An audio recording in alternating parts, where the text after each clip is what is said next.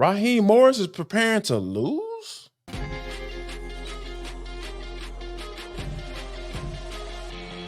This is Locked On Sports Atlanta, and it's time for the Atlanta Football Party, only on Locked On Podcast Network, your team every day.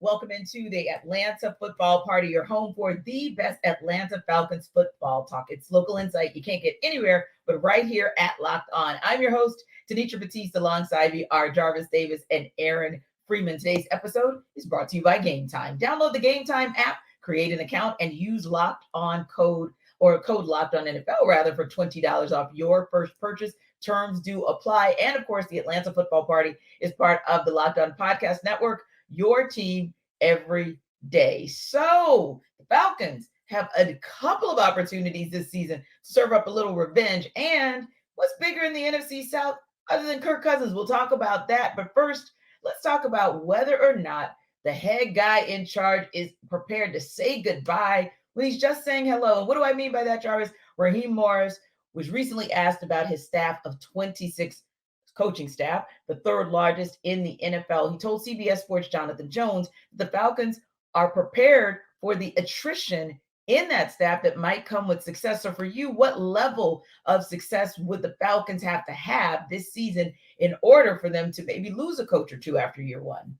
I'll point back to 2018 because 2016 was a ridiculous year. Like that was 33 points a game. That's crazy. That's crazy to ask somebody in their first year as a play caller from Zac Robinson. But I'll point to 2018 because that feels like something that's kind of doable because under Arthur Smith's play calling abilities, they never reached over 20 points. They averaged 26 points back in 2018. They were a top 10 scoring team in the league. Now, I know the scoring has gone up a little bit when you think about just offenses in general, Sure. with teams slinging the ball around the yard. But I feel like if you get that type of jump, in your first year at Zac Robinson, I feel like he'll be in those conversations to potentially get an interview. And if he does get an interview, that's all you really ask for, because if he goes in there and wows those guys, teams nowadays, they're willing to take chances on guys like that. Look at Dave Canales, and being hired down in Tampa Bay, right there in the division. So, I mean, I'm sorry, with the Carolina Panthers, excuse me. So, when you look at what he was able to do and being able to get Baker Mayfield to a place where he's respectable in other people's eyes, I feel like Zac Robinson, if he can get into the space where he can have this team scoring almost 4 touchdowns a game, I feel like that'll get you to the point where you'll understand why Raheem Morris hired guys like DJ Williams and also moved TJ Yates to the quarterbacks coach, because potentially most of the times when you talk about replacing an offensive coordinator, that's who you tend to look to first when those situations come about. And what about you, Free? I think for me, I would say those are some good measuring sticks, if you will, or some good kind of measurements to determine what the definition of success would be, such that Raheem Morris would find himself resetting his coaching staff next season. What about you? Or after next season, what about you? Yeah, well, I'll say this. Like, I think you're just naturally going to get coaching attrition year to year, right? Arthur Smith won 7 games in his first year and lost 3 coaches, won 7 games the next year and lost like 7 coaches. You just get natural turnover where, oh, this guy, someone gets hired somewhere else. And like, that's my guy that I told him 10 years ago when we were both low-level assistants that if he got hired to be a head coach, I'd be his coordinator. That type of thing happens all the time in the NFL and elsewhere with football. But, I think the big sort of coaching change that I think most people, given the expectations with the Falcons, are what Jarvis is talking about with Zac Robinson, potentially getting that head coaching job, and Raheem Morris hiring, a bunch of offensive assistants, senior offensive assistants, quarterback coaches, as Jarvis mentioned, that, are sort of those guys waiting in the wings to replace Zac Robinson. And I think the concern you'll have if you're the Falcons is if they make the playoffs, which I think is what the goal is. And you look back to last year's coaching cycle where, pretty much like seemed like most of the teams that were in the playoffs had an offensive coordinator or defensive coordinator that was that hot candidate, whether you're talking about Bobby Slowick or Ben Johnson, Mike McDonald, et cetera. And all those guys wind up getting jobs. but it does seem like the NFL is always attracted to success, right? If you're successful, if you're playing in January, those are the guys that typically are the hottest names. If your team is not playing in January, unless you have like that exceptional body of work going back maybe previous years, you know, your heat index, I guess you could say, kind of cools off a little bit if you're not necessarily on a team that's winning games. So I think for the Falcons, you know, them reaching their goal of winning this division, making the playoffs is going to be probably the biggest factor that's going to boost someone like a Zac Robinson's stock in next year's coaching cycle. Yeah, and since you guys both talked about sort of the win-loss record as being one of the factors, and sort of whether or not, you know, the offense is where the expectation is, especially having someone like a Kirk Cousins leading the way. One of the thoughts that came to mind for me, in addition to that, because I definitely agree with what both of you were sharing, is thinking about where the defense might be, right? And and in particular, so I'll kind of go down the tree a little bit, because not so much even maybe what Jimmy Lake is able to do as a defensive coordinator or Zac Robinson is able to do as the offensive coordinator. But, you know, my thought might be like, okay, Ike Hilliard, you got a job to do, because you've got to make us see that Drake London is a true one. So, you know, his numbers to me should look like at least near 1,000 yards, if not over 1,000 yards receiving season. And I'm expecting you to have an integral part in that. So kind of looking down, you know, that line, if you will, or Justin Hood. What are you going to do with this secondary? Should you not ever get AJ Terrell an actual counterpart or an actual complementary piece? How good is the secondary going to look in being able to make sure that, you know, the opponent doesn't have a field day once their wide receiver kind of gets past that second level? And then, you know, a Michael Petrie. Okay, everybody said it was bad play calling on the part of Arthur Smith. He didn't know how to really utilize Bijan Robinson. Okay, he's gone. So Michael Petrie, you know, what is it going to be for Bijan Robinson? Are we going to have an opportunity to see him get over? And I think, guys, when I say a 17-game season, I may be looking for 11 or 1,200 yards, as opposed to that typical 1,000 as kind of that mark of success from, you know, the running back's perspective. And then finally, probably, and I might get his name wrong, but I mean, I'm just going to call it like a Jacquez Smith, your outside linebackers coach. We all know our conversation has been about these linebackers and what they're going to be able to do this season. So maybe kind of looking down the tree of Raheem Morris's coaching staff and seeing what they're able to get out of their guys, that might dictate to me what success looks like. And maybe some of those other positioned coaches that maybe we don't see for a second go round with Raheem, because finally they've been able to get in some of these places where we've had question marks, they've been able to get some semblance of success out of that. Now, every year, speaking of success and surprising success, we have a player that says, whoa, that makes us say, whoa, with a level of play that we didn't necessarily expect at the beginning of the season, right? I mean, we have the conversation about, and that can be any side, right? That can be special teams, that can be offense, that can be defense. But ultimately speaking, every single year, there's somebody that kind of makes us say, wow, or makes us say, whoa. So for you, Aaron, who's that guy who at least you're hoping by the end of this season is maybe that sleeper that makes you say, whoa, didn't expect that from him? Yeah, well, you know, it feels like cheating to pick either of the big three skill position players like Bijan, Drake, and Kyle, because it's like everybody expects those guys to have big years, and it's just like there's nothing about them that's like they're flying under the radar. Like everybody's like, those guys need to have big successful years. So for me, like when I'm looking on offense, like I'm looking at some of those sort of guys that are expected to be role players. So I'm looking at a guy like Tyler Algier, who I think with the Arthur Smith offense, we kind of had a two-headed backfield. And I think we're going to still see plenty of Tyler Algier this year, but I do think the Falcons are going to gear up to giving Bijan Robinson the lion's share of the carries. And so I'm curious to see how Tyler Algier is kind of utilized, if he's utilized as that short yardage guy, that goal line guy, that fourth quarter sort of finisher after, you know, the defense has been worn on, and sort of see how he works in that role, because we saw moments last year where he was very effective doing those things. I can recall the Vikings game at the end of that game where the Falcons sort of looked like the offense that Arthur Smith wanted to be, which is just punishing teams and just we're going to go on a 15-play drive and just run it like 12 times and get points that way. And Algier was an integral part of that offense looking that way. So I Algier is one of those players that to me is flying under the radar just because I think everybody's excited about like what Bijan's going to do in his offense. But I'm very curious to see how Algier can be utilized as that true RB2 rather than that RB1.5 that I think he's been the last couple of years. And I think he's poised for a big year.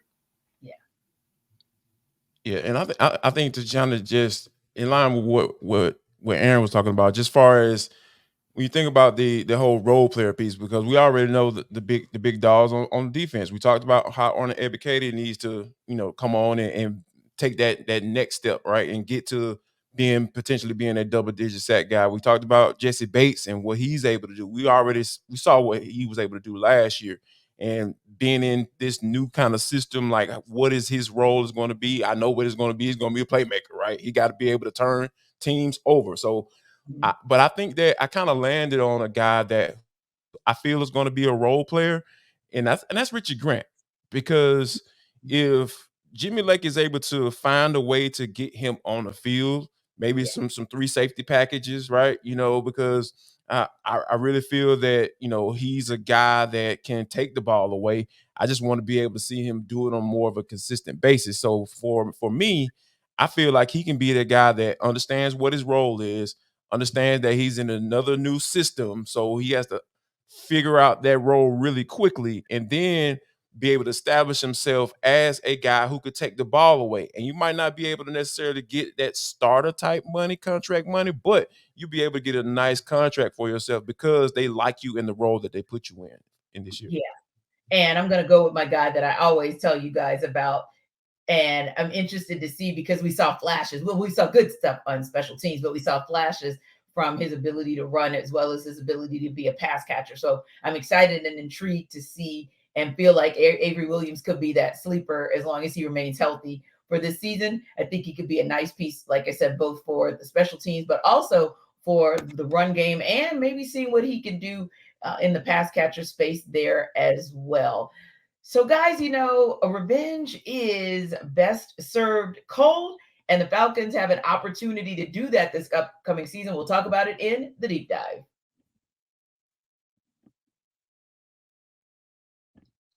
This episode of our Atlanta Football Party is brought to you by GameTime. So GameTime, of course, is an authorized ticket marketplace of Major League Baseball, which makes getting tickets faster and easier. Prices on the GameTime app actually go down the closer it gets to the first pitch. With killer last-minute deals, all-in prices, views from your seat, and their lowest price guarantee, GameTime takes the guesswork out of buying MLB tickets. Now, they have flash zones. Save even more with exclusive in-app deals on select seats ahead of the game or event. That's what flash deals is about. Save even more when you choose a section and let GameTime choose the seats. That's what zone deals are about. And, of course, there's the lowest price guarantee, or GameTime will credit you 110% of the difference. So, of course, Major League Baseball is on their all-star break right now, but when they come back next week, you can get all in and purchase tickets on GameTime. Take the guesswork out of buying those Major League Baseball tickets by downloading the GameTime app, create an account, and use code LOCKEDONNFL for $20 off your first purchase. Now, terms do apply, but again, create that account and redeem code LOCKEDONNFL for $20 off. Download GameTime today. Last minute tickets, lowest price guaranteed.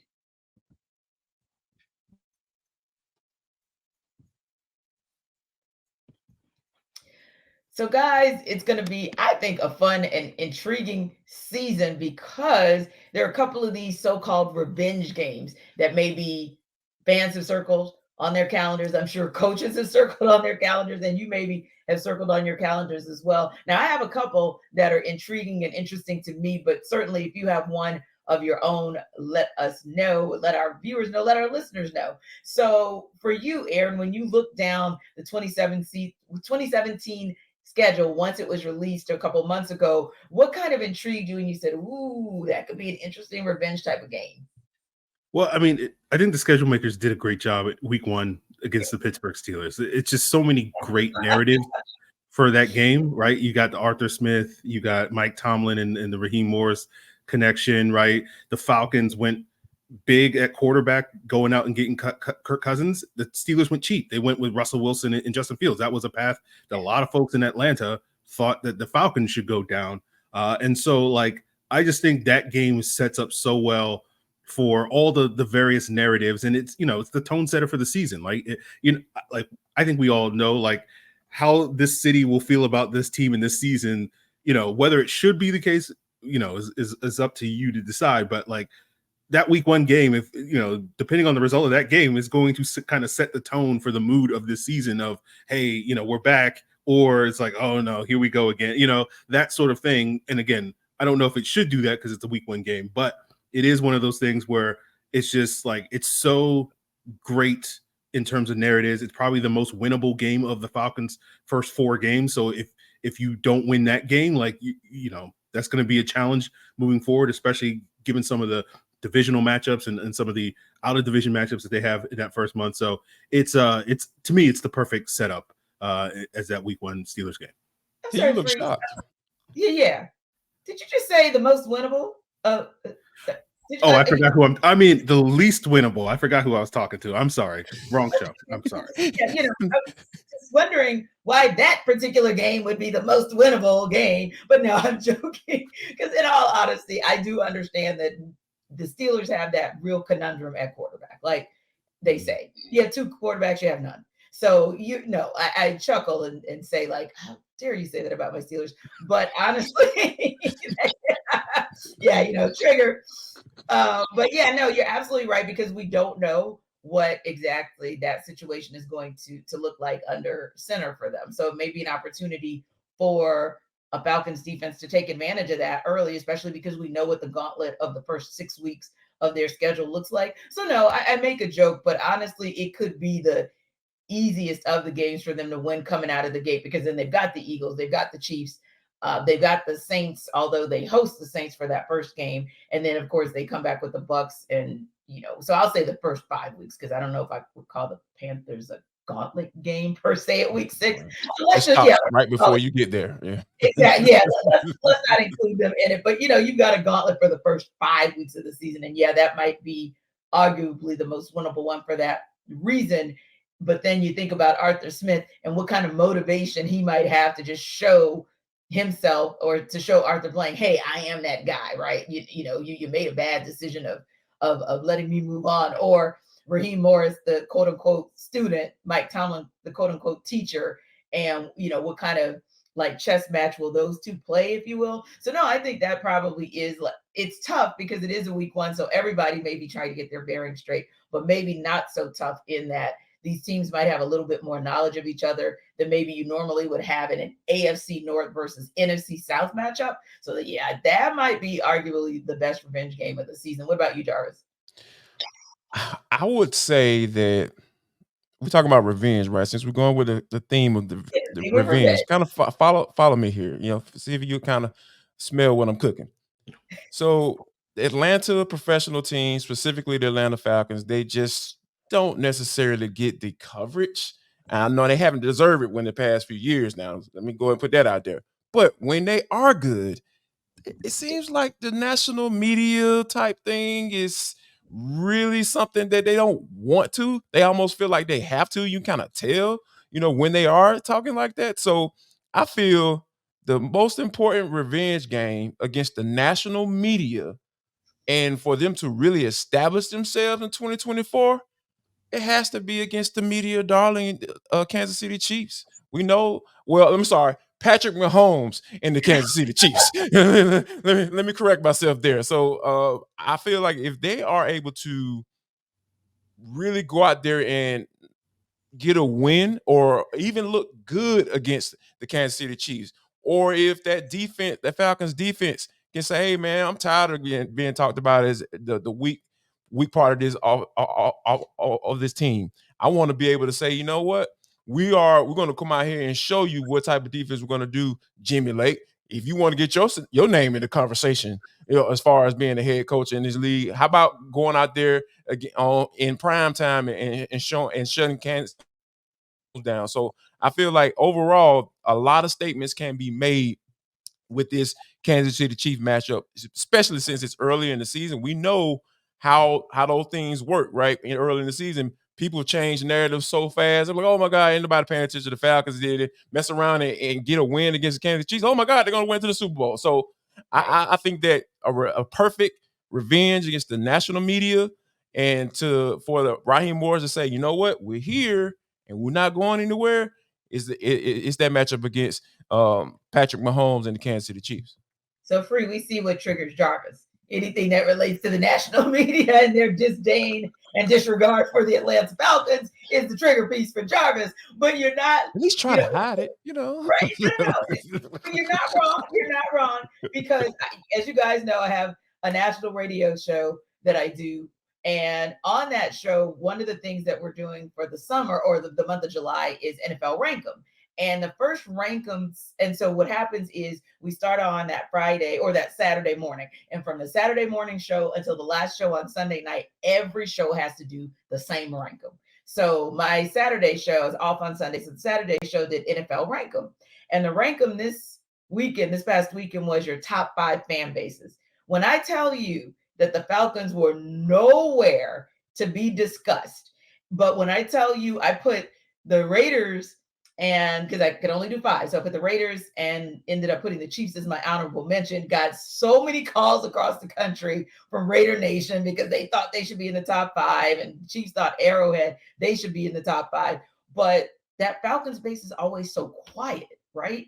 And my producers and my co-hosts, like nobody thought to say the Falcons were that fan base or the Falcons were that team or anything like that. You know who got I'm going to let you guys guess who made the top 5 and who made honorable mention out of the NFC South as far as fan base and the respect piece.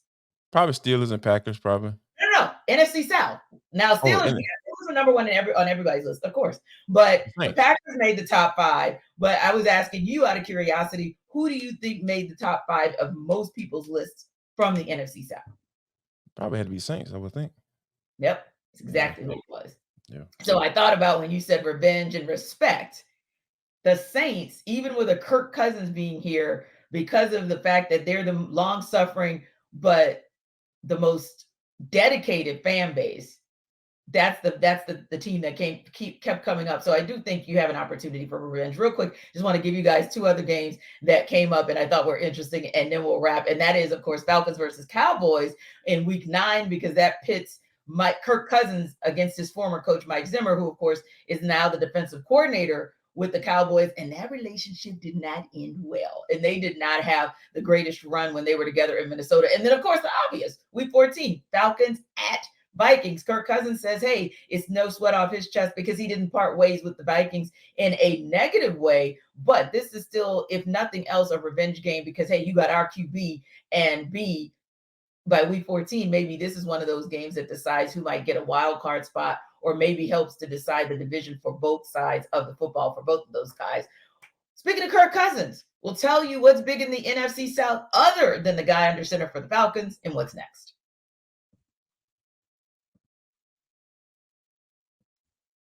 This episode of our Atlanta Football Party is also brought to you by BetterHelp.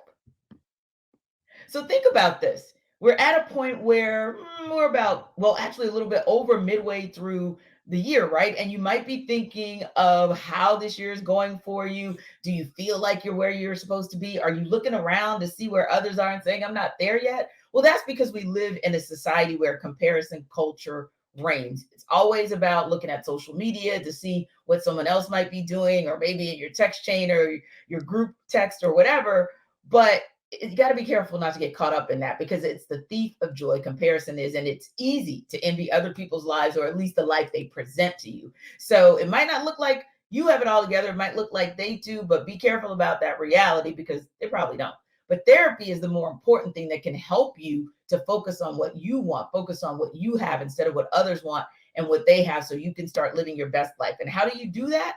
You can stop comparing and start focusing with BetterHelp.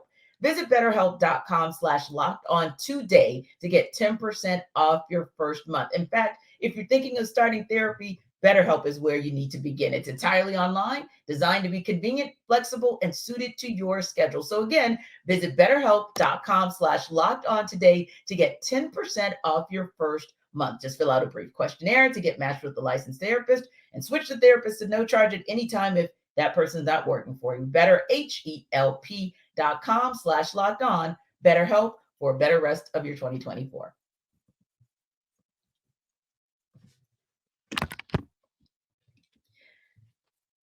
So guys, one thing that I've been always interested in is storylines, right? Because you always kind of want to know what's the intrigue about this team or that team or matchups within even our division. So Yahoo Sports, I was reading an article there a couple days ago, and pretty much everyone on this show would probably agree as well that the biggest storyline coming out of the NFC South heading into the season is obviously Kirk Cousins. Will he bounce back to pro form? Will he take the Falcons to the postseason and end their playoff drought? What's going to happen? Agreed? Yes. Okay. Yes. Michael Penix is 1B. 1A, right? Exactly. 1A and 1B. So for you, Jarvis, if you then look, and you may see another storyline that's, like you said, a 1B or a number 2 for the Falcons as well. But when you look around the NFC South, what do you feel are the other big storylines around the division, whether that's the storyline for the Saints, the Bucs, or even the Panthers? Wow. When I think about the Saints, and I was even thinking about this when Ross came on the show when we were going around the NFC South, just like, what is the vibe and feel for Derek Carr?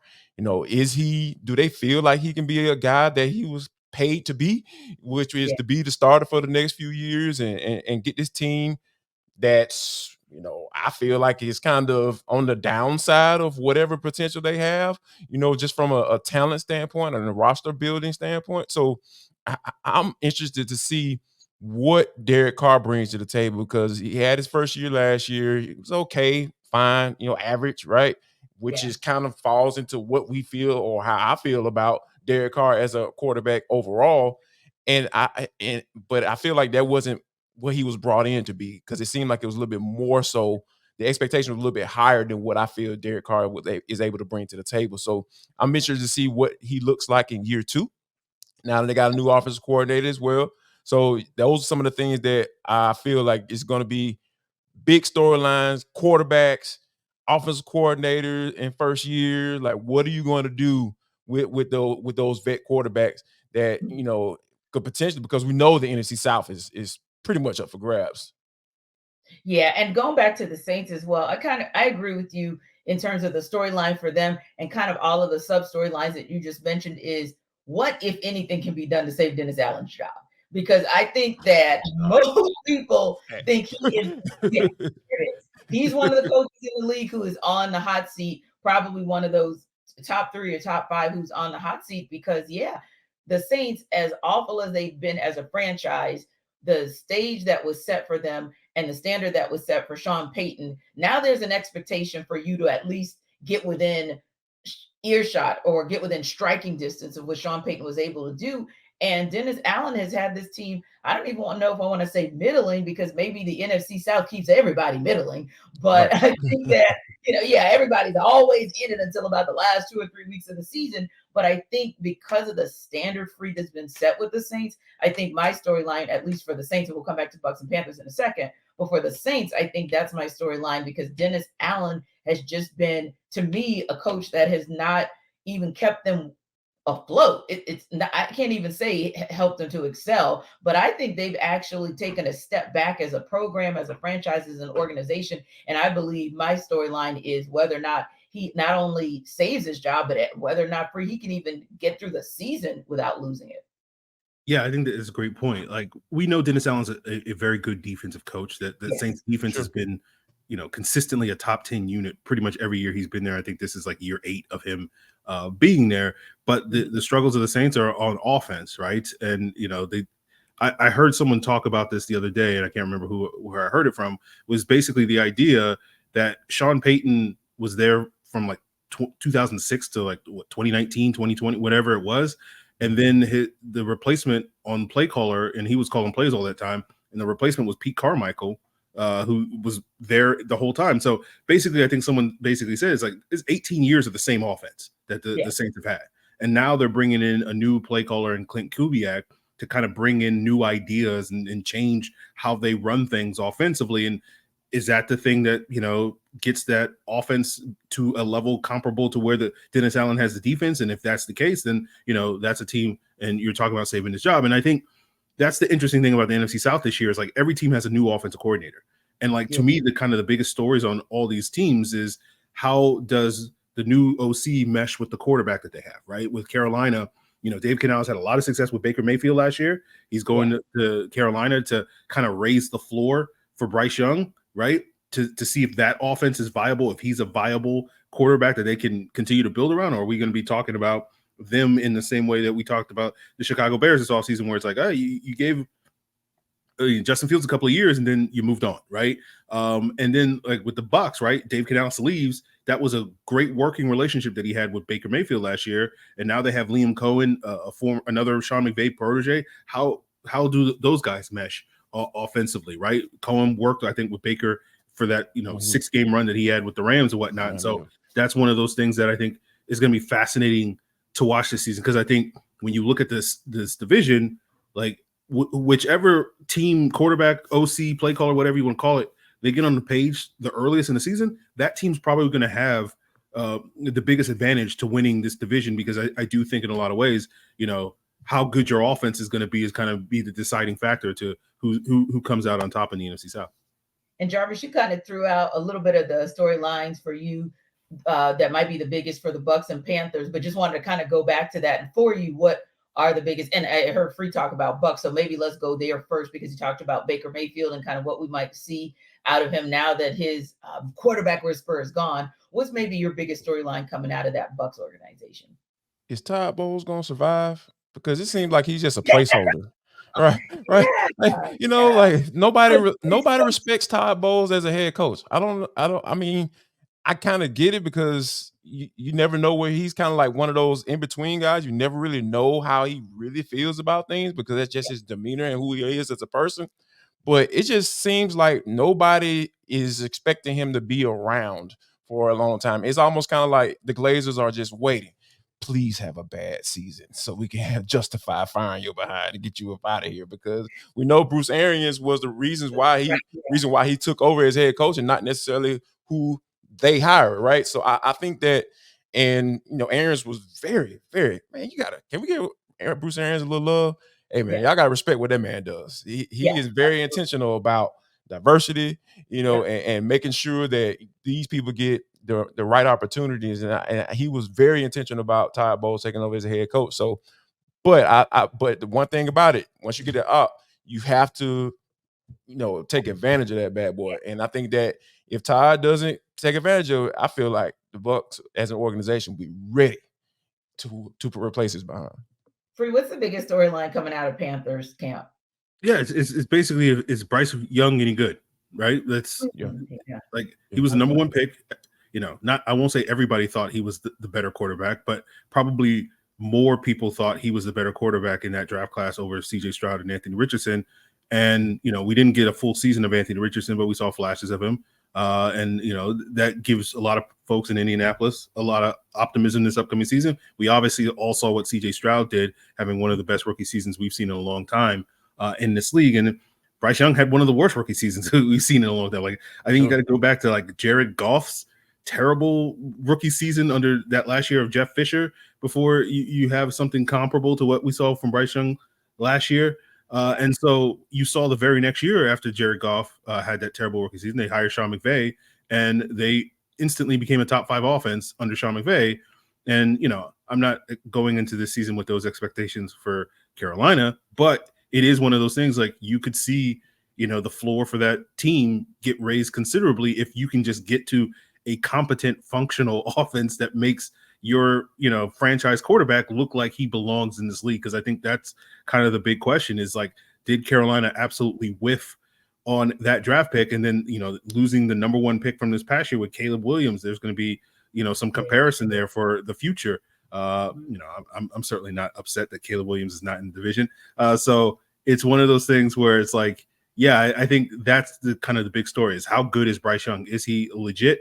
Or, are we going to look at that as like one of the bigger number 1 overall busts that we've had in recent years? Yeah, I'm very interested to see how this whole Dave Canales plays out, because when you talk about ownership and then him just just all of the little behind the scenes stories about assistant coaches coming to the owner and saying, "Hey, man, these dudes don't know what they're doing," and just it was just a lot going on up in Carolina. So if Dave Canales can come in and stabilize. He don't even have to really do well. Just stabilize the situation. Coaching staff having that, putting on the front of, hey, we're connected, we're together, we're all here to try to figure out how to get this boy. I hate to call him a little boy, but he looked like one. Bryce Young to get him to play. Aaron, don't look at me like that, man. You can get Bryce Young to play like an adult quarterback in the NFL. I promise you they'll be onto something because we know they have the pieces on defense, especially up front. I know they lost Brian Burns to the Giants, but man, Derek Brown is really, really good. He's so good.